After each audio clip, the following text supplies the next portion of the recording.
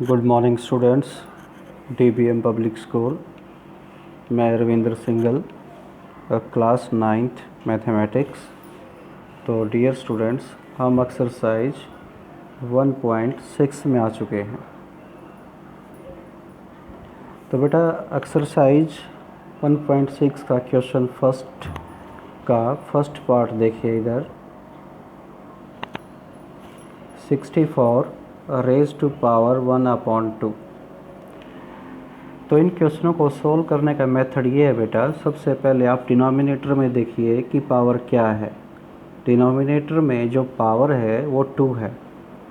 तो ब्रैकेट के अंदर वाला जो नंबर है वो हमें ऐसा नंबर फाइंड आउट करना है जिसकी 2 करें और 64 आ जाए। देखिए यहाँ पर, क्या 1 की पावर 2 करने से 64 आता है? नहीं।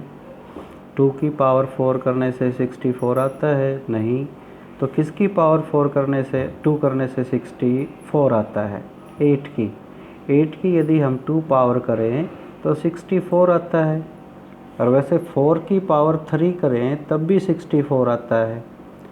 तो स्टूडेंट्स आप कहोगे सर 4 की पावर 3 लिखें 64 की जगह, या 8 की पावर 2 लिखें 64 की जगह। तो बेटा मैंने आपको पहले ही बता दिया है कि जो पावर में डिनोमिनेटर में देखिए क्या आया हुआ है। डिनोमिनेटर में 2 है, तो आप किसी नंबर की 2 पावर करने से 64 आता हो उसी को लिखना है।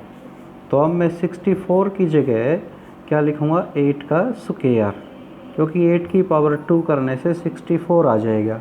और फिर इसके ऊपर हमें एक पावर और दे रखी है 1/2। तो अब बेटा 8 2 पावर हो गई हमारी यहाँ पर। एक तो 8 के ऊपर 2 पावर है, फिर उसके ऊपर 1/2 पावर है। तो ये दोनों पावर आपस में मल्टीप्लाई हो जाएंगी और फिर 2 से 2 कैंसिल हो जाएगा। तो हमारे पास बचेगा 8 की पावर 1।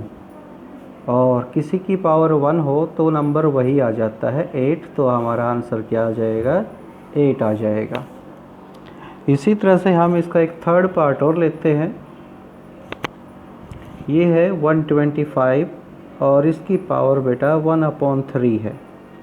तो सबसे पहले आप पावर पर जाइए और पावर में डिनोमिनेटर को देखना कि क्या है। डिनोमिनेटर 3। तो अब अपने मन में सोचना है कि 125 जो नंबर दे रखा है हमारे को, जो बेस है, उसको हम किसी की पावर 3 में लिख सकते हैं। तो आपके दिमाग में आएगा यस सर, जैसे 5 की 3 करेंगे तो 125 आ जाएगा। तो ये जो आइडिया हमें कहाँ से आता है? ये आइडिया हमें आता है जो हमारी पावर दे रखी है उसके डिनोमिनेटर से। तो मैं अब 125 को क्या लिखूँगा? 5 की पावर 3।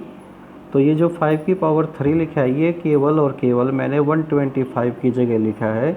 और जो ऊपर 1/3 पावर है वो एज इट इज़ बनी रहेगी।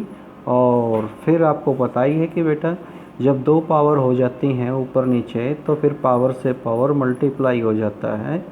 तो 3 से 3 कैंसिल हो गया। तो उसके बाद 5 की पावर आ गई 1। और किसी की पावर 1 हो तो वो उसी के इक्वल होता है, 5 के इक्वल। तो इस तरह से आप इनके फर्स्ट क्वेश्चन के पार्ट करोगे, सेकंड पार्ट आप अपने आप करोगे। अब आते हैं हम क्वेश्चन नंबर सेकंड पर। क्वेश्चन नंबर सेकंड ये भी सेम है, एज इट इज़ है बेटा, फिर भी मैं कुछ पार्ट इसके करवा देता हूँ। देखिए जैसे सेकंड का सेकंड पार्ट देखिए, सेकंड का सेकंड पार्ट लेते हैं हम। 32 रेज टू पावर 2/5। फिर वही सेम प्रोसीजर है। सबसे पहले आप पावर पर जाइए और पावर में डिनोमिनेटर को चेक कीजिए कि डिनोमिनेटर में क्या है। तो आपने देखा कि डिनोमिनेटर में 5 है। तो आप अपने मन में ये आइडिया लगाइए, जो आपका बेस दे रखा है 32, यहाँ पर रफ वर्क में लिख रहा हूँ मैं, यहाँ पर रफ, यहाँ पर एक लाइन ही ड्रा कर देता हूँ रफ वर्क के लिए। तो 32 है आपके पास। तो 32 एक ऐसा नंबर फाइंड आउट कीजिए कि जिसकी पावर मैं 5 करूँ और 32 आ जाए। आप कहोगे सर आप 5 ही पावर क्यों कर रहे हो? क्योंकि इधर देखना बेटा, जो ये पावर है इसके डिनोमिनेटर में 5 है, तो मुझे ऐसा ही नंबर फाइंड आउट करना है जिसकी 5 करने से 32 आ जाए। तो ऐसा नंबर 2 है। तो अब मैं 32 की जगह क्या लिख दूंगा? 2 की 5। देखिए इधर अब मैं जो 32 है इसकी जगह 2 की 5 लिख दिया मैंने, और जो ऊपर पावर है वो एज इट इज़ बनी रहेगी।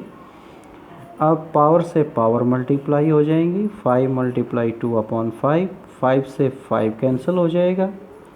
तो बेटा ये जो स्टेप है ये नीचे लिखने की बजाय मैंने साइड में ही लिख दिया है, तो आप इस तरह से साइड में लिख सकते हो, आपका जो पेज है वो वेस्ट नहीं होगा। तो हमारे पास क्या बचा, कैंसिल होने के बाद 2 की पावर 2 बचा। तो 2 की पावर 2 यानी 2 कितने टाइम्स मल्टीप्लाई, 2 टाइम्स मल्टीप्लाई, तो हमारा आंसर क्या आ जाएगा 4। तो इस तरह से हमारा सेकंड का सेकंड पार्ट हो गया। एक पार्ट और करवाते हैं इसका, फोर्थ पार्ट, उसमें माइनस है। ये है 125 और रेज़ टू पावर -1/3। इसमें माइनस आया हुआ बेटा पावर में, तो माइनस से बिल्कुल नहीं घबराना है। इस माइनस को हम बाद में सोल्व करेंगे, पहले तो हम अपना वही प्रोसीजर अप्लाई करेंगे।